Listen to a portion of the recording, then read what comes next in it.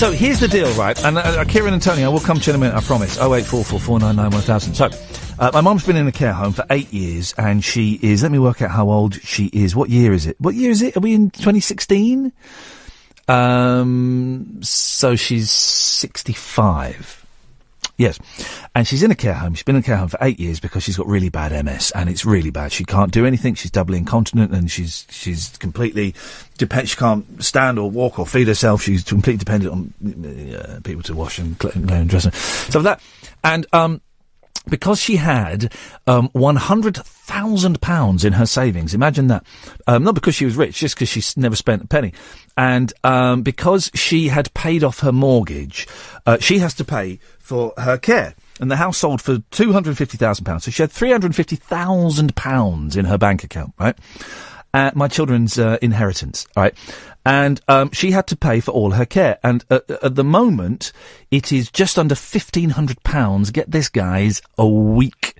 £1,500 a week. Imagine that. And she has burnt through the majority of that £350,000 in 8 years. So you do the maths, right? And the government have a law that when your savings drop to £23,500, that's the threshold, the council will take over funding your care. And we had always been told, don't worry, because it's quite a nice care home that she's in, right? Not the best in the world, but it's not crap, right? It's a nice one. But they still have council-funded people there. And we were told, don't worry, when the money runs out, the council will take over. Council will take over. Don't worry, when the money runs out, the council will take over. It'll be fine. Well, the money has run out, and we are at the £23,500 threshold. And I was summoned last week by Bucks County Council to attend a meeting with my mum and a carer from the care home today to assess mum's care package that she needs. And it was all jolly as we sat there and we listed all the things that mum cannot do and all of the things that the carers have to do and all of, how miserable her life is and how she's been there for 8 years and how that place literally saved her life twice when they, A, spotted she had breast cancer, and B, she felt a little bit sick a few months ago, as some regular listeners will know, and she nearly died. And it was all kind of quite charming and quite delightful and all of that. And then the social worker said, right, well, let's talk about the financing, shall we? And I said, OK, we can, when we let the person who works in the care home go. She said, right, your mum's paying £1,500 a week. That's quite a lot. We, as the council, will not pay that much money. OK. I said, how much will you pay? And she went, well, now, that depends on the day. Useful answer. I said, OK, well, how does that work? She says, well, we block, and I don't quite understand this, right? She said, we book beds, and it depends on what those beds are going for on that day as to how much we will give you. For example, it could be £600. It might be as high as £1,000, but it won't be more than that. It'll probably be about £600. So that is how much we would give you. And I said, right, well, let's assume it's £600. That's a £900 a week shortfall. What do we do there? She says, right, could you pay that money? I said, no, I couldn't. I've got kids, I've got mortgage, and I can't afford £900 a week. And I said, right, can't we work something out, right? With her pension and with her state benefits, she gets about £1,100 a month. Couldn't we put that towards it somehow? She went, oh, no. And here's the thing. It's illegal for the person requiring the care to pay for the care once they've crossed the threshold. So she can't, now I know why they've done that, I worked that out later on. So she can't then contribute to her own care that she's paying for. The reason for that, I believe, would be because then her savings will go down even quicker till then she has no money and then the council has to pay everything. So the woman said, well, could you pay the surplus? I went, yeah, no, I can't. So I can't pay it. She can't pay it, so what would we do? She said, well, we would move her to a cheaper care home. Silence reigned. We would move her to a cheaper care home where it would be 600 quid a week instead of 1,500 quid a week. Right, now, I can understand that savings have to be made. Of course I can understand that, right? But I know for a fact, and they tried to dispel this earlier on, but I know for a fact that people in this care home get, if they're being funded by the council, they get it for cheaper. If they've always been funded by the council, they get it for cheaper. I know this for a fact. They tried to tell me that wasn't the case, but I know it.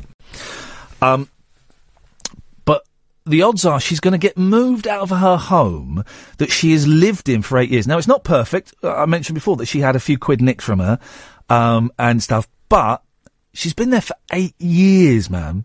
She has made friendships. That place has literally saved her life on 2 occasions, right? And they've done all kinds of things.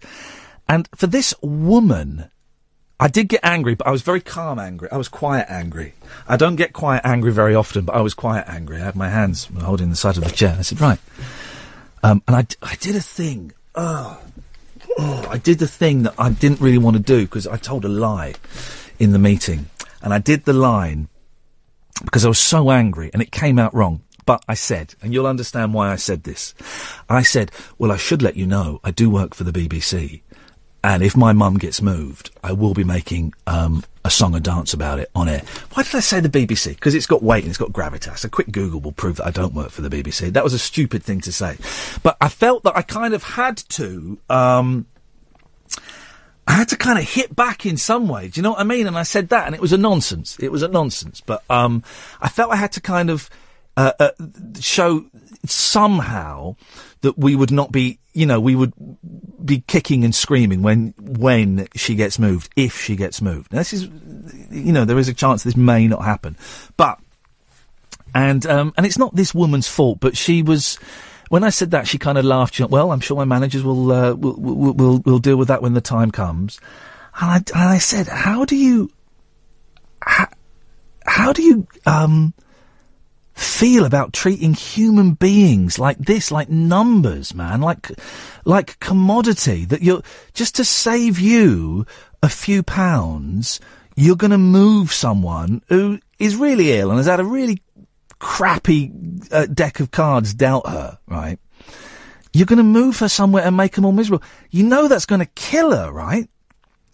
Well, Mr. Lee, I'm just letting you know that's the way it is, and it was cold. Now, of course she's cold because that's her job and that's what they have to do, and I don't envy the woman her job.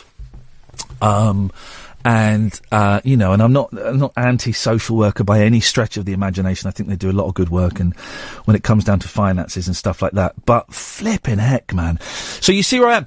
And as the meeting was drawing to a close, I was just silent. I just couldn't say anything, because what I would have said was, oh, F off. And I know that that's not going to get us anywhere.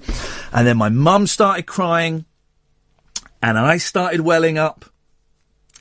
And I said, I think this meeting's over, isn't it? You should probably leave. And we shook hands. And me and my mum, just get this right, me and my mum just sat in this room for 15, 20 minutes just crying. And I apologised to my mum.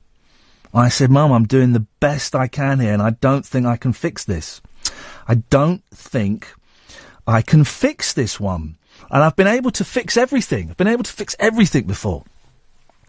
And I just said, I'm so sorry. I don't think I can do this. I don't think I can sort this one out.